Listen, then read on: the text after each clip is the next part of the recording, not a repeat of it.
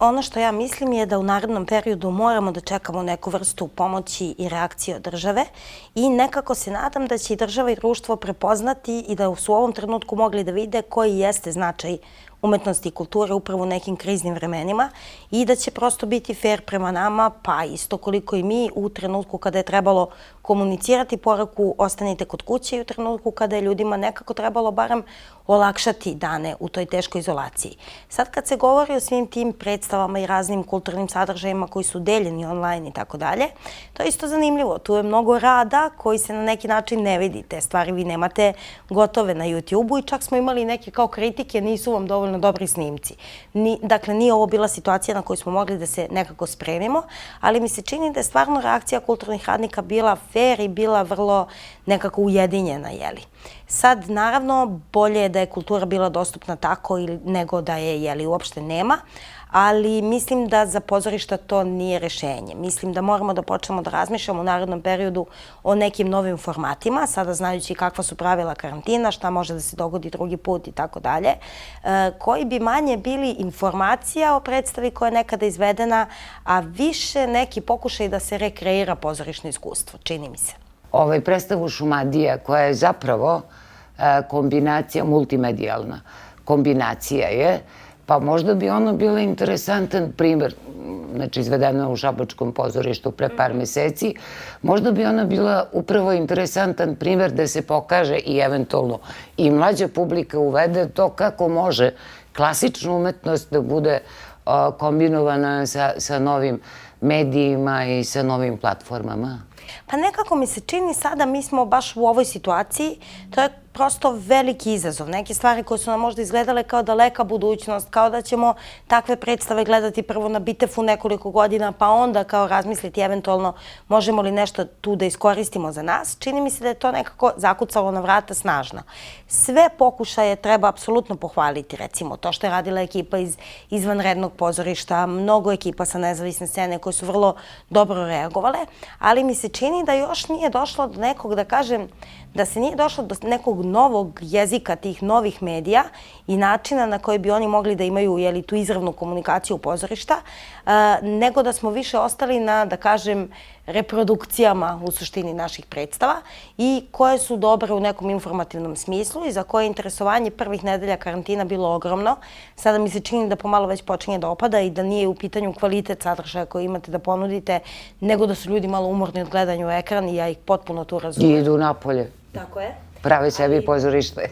Mi se čini da nove stvari koje radimo, da zaista treba da računamo na to da su u pitanju intimni formati, da su možda u pitanju neke stvari koje se mnogo više kombinuju sa instalacijom, uključuju mnogo više videa, svetla i tako dalje. Dakle, omogućavaju nam da se u nekom broju okupimo, a da ipak ostanemo na distanci. Kako to može da funkcioniše? Kako vi uopšte zamišljate da će to narednih meseci Pa mi u Šabačkom imamo 3 scene, dakle, moguće su razne neke opcije i kako kombinujemo publiku, moguće i da bude vrlo razuđena, ali mi se nekako čini baš za ilustraciju toga kako vidim šta su neke nove produkcije koje možemo da radimo u ovom periodu.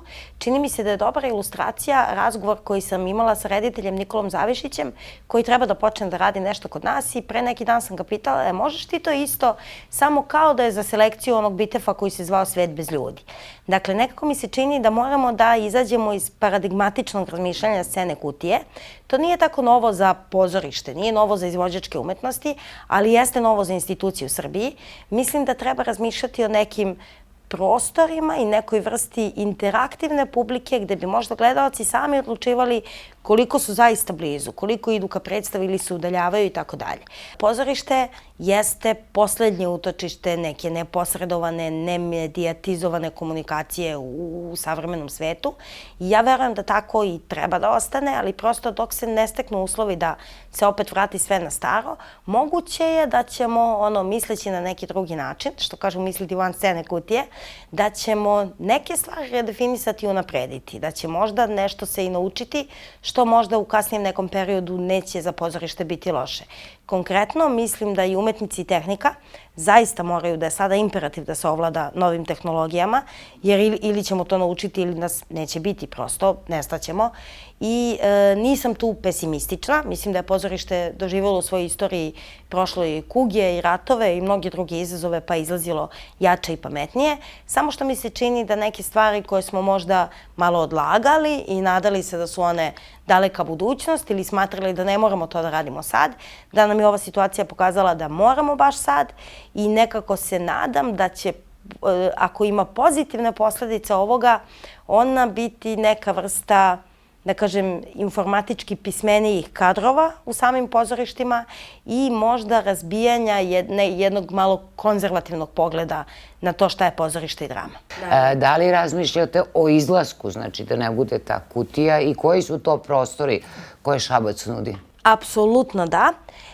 Naša deviza u Šabačkom pozorištu jeste grad su ljudi, grad je pozorište i čini mi se da ovog leta imamo stvarno priliku da napravimo jedan grad je pozorište, spektakl u gradu.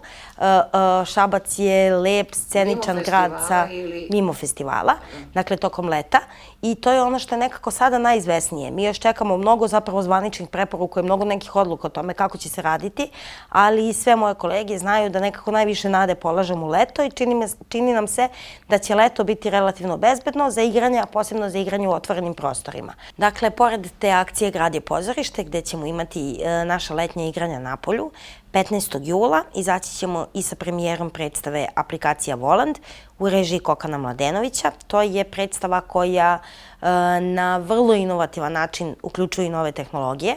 Dakle, predstava na kojoj ne da nećete gasiti svoje mobilne telefone, nego naprotiv, donekle su vam potrebni da biste pratili događanja na sceni. I također ono što je dobro za ove uslove, to je mala podela. To je 4 glumaca, dakle nije kao neće biti nekih masovki i slično. Ta predstava je bila na nekoliko dana od startovanja proba kada se sve ovo desilo i mislimo da je dosta važno da izađe leti.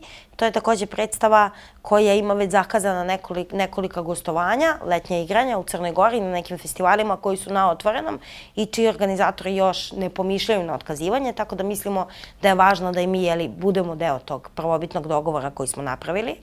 Sad, sezona koja nas očekuje, ovo je ekskluziva, prvi put ću ovo reći javno, imaće naslov Nova normalnost. To je ta fraza koja nam se ovih dana, kako čini nam se da se čuje sa svih strana, a mislim da nismo još sigurni šta to znači.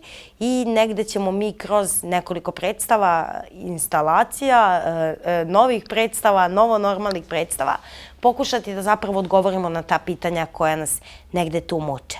Ta sezona počinje svakako od predstava Aplikacija Voland, sadržat će jedan broj naslova koji je trebalo da sadrži ova naša sezona do kraja, ali će biti, dakle, i nekih novih naslova i prosto ideja do kojih smo došli u ovoj situaciji i koje mislimo da je važno da pozorište obrađuje.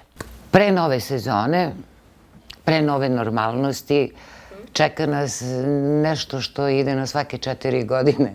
U Šapcu su izbori, 21. jun je blizu, relativno je neizvestan. Da li se u skladu sa rezultatima izbora menjaju vaši planovi? U odnosu na ostajanje ili ne u Šapcu? Apsolutno da. Ako se dogodi da se neki prioriteti promene ili da kulturna politika u gradu neće ostati ista, bit će mi jako žao zbog Šapca. Mislim da je taj grad ima veliku šansu trenutno, da je zaista neobično mesto, da je neki rasadnik dobrih vesti i da je stvarno mogao biti vesnik neke dobre promene, da kažem, koja, eto, mogla je da počne odatle u Srbiji, no ako građani Šapca drugačije odluče i ako ne budu želeli da se za to bore, ja nekako, bit će mi žao, da, zbog Šapca i Srbije, ali najmanje zbog mene. Da kažem, ja nisam direktorka pozorišta po zanimanju, nisam ni očekivala da će ta upravnička avantura trajati zauvek i naravno da ću se vratiti nezavisnoj sceni, Reflektor teatru, Drama Mental Studio u svom pisanju i raznim drugim stvarima koje sam radila i do sada čitavog života i ono što mogu samo da kažem, još na kraju je da verujem da ću se vratiti jača i pametnija.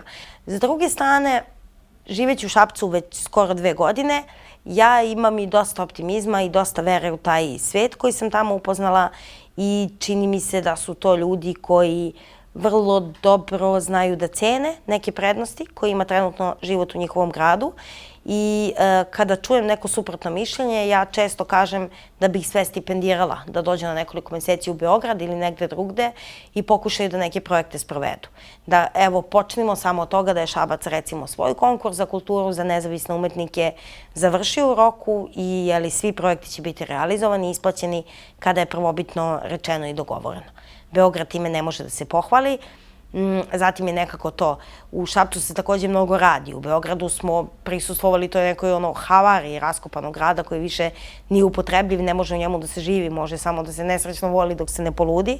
U Šapcu se mnogo stvari radi, ali oni ne ugrožavaju život. I čini mi se da su ljudi toga svesni i opet, mislim, ja nisam se malo puta razočarala rezultatima izbora, naprotiv, čini mi se da sam skoro uvek bila na to kao nekoj strani koja nije dobro prolazila i ne pripada nekom većinskom mišljenju, ali stvarno mislim da građani Šapca nemaju razloga da budu nezadovoljni dosadašnjim rukovodstvom tog grada, koje je donelo mnoge dobre i progresivne odluke, ne samo u ovoj sferi u kojoj se ja najbolje razumem, a to je kultura, već i kada su u pitanju to ekologija, participacija građana, neke urbanističke stvari i naravno ta savremenost koja se nekako vidi i ogleda svuda.